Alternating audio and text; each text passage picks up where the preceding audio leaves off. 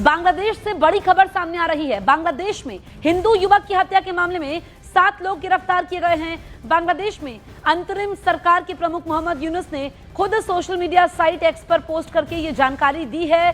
तो जिस तरीके से वहां पर हिंदू युवक की हत्या की गई, उसके बाद अब 7 लोग गिरफ्तार किए गए हैं। इस मामले में 7 संदिग्ध गिरफ्त में हैं, इनसे पूछताछ होगी, उसके बाद आगे की कार्रवाई होगी। बांग्लादेश में अंतरिम सरकार के प्रमुख मोहम्मद यूनुस ने खुद सोशल मीडिया साइट एक्स पर पोस्ट करके ये जानकारी दी है कि हिंदू युवक की हत्या के मामले में 7 संदिग्ध गिरफ्तार हुए हैं।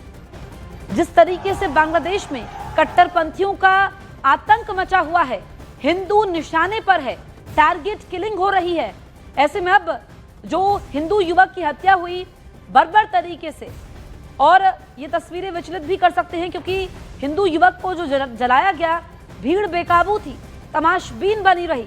उसके बाद अब कार्रवाई हुई है, 7 संदिग्धों को यहां पर गिरफ्तार किया गया है और 27 साल के लड़के की पीट कर हत्या के मामले में यह गिरफ्तारी हुई है।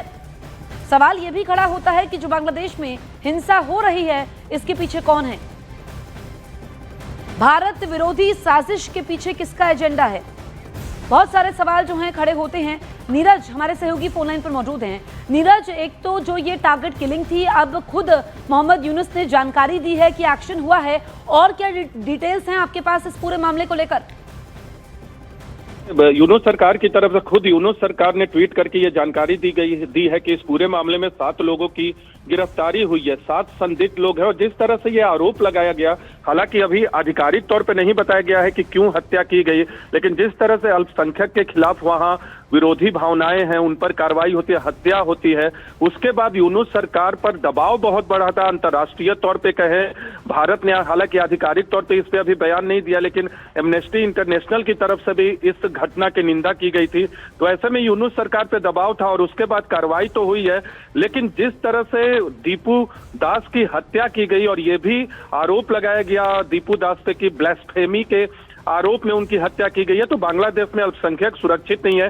हालांकि कार्रवाई जरूर हुई है, लेकिन देखना होगा कि उस पर आने वाले वक्त में जांच किस तरह से होती है और दोषियों को कैसे सजा दी जाती है। लेकिन बांग्लादेश सरकार से भारत की उम्मीद है कि वहां अल्पसंख्यक समुदाय के खिलाफ कोई भी ऐसी घटना न घटे।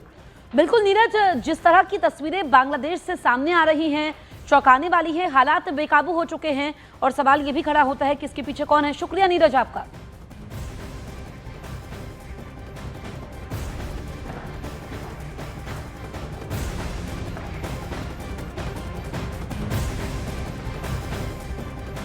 कृषि और ग्रामीण विकास मंत्री शिवराज सिंह चौहान ने रूबिका लियाकत के साथ सुपर एक्सक्लूसिव बातचीत में बांग्लादेश के मुद्दे पर भी बात की। उन्होंने कहा कि भारत सरकार बांग्लादेश की हालात पर नजर बनाए हुए है।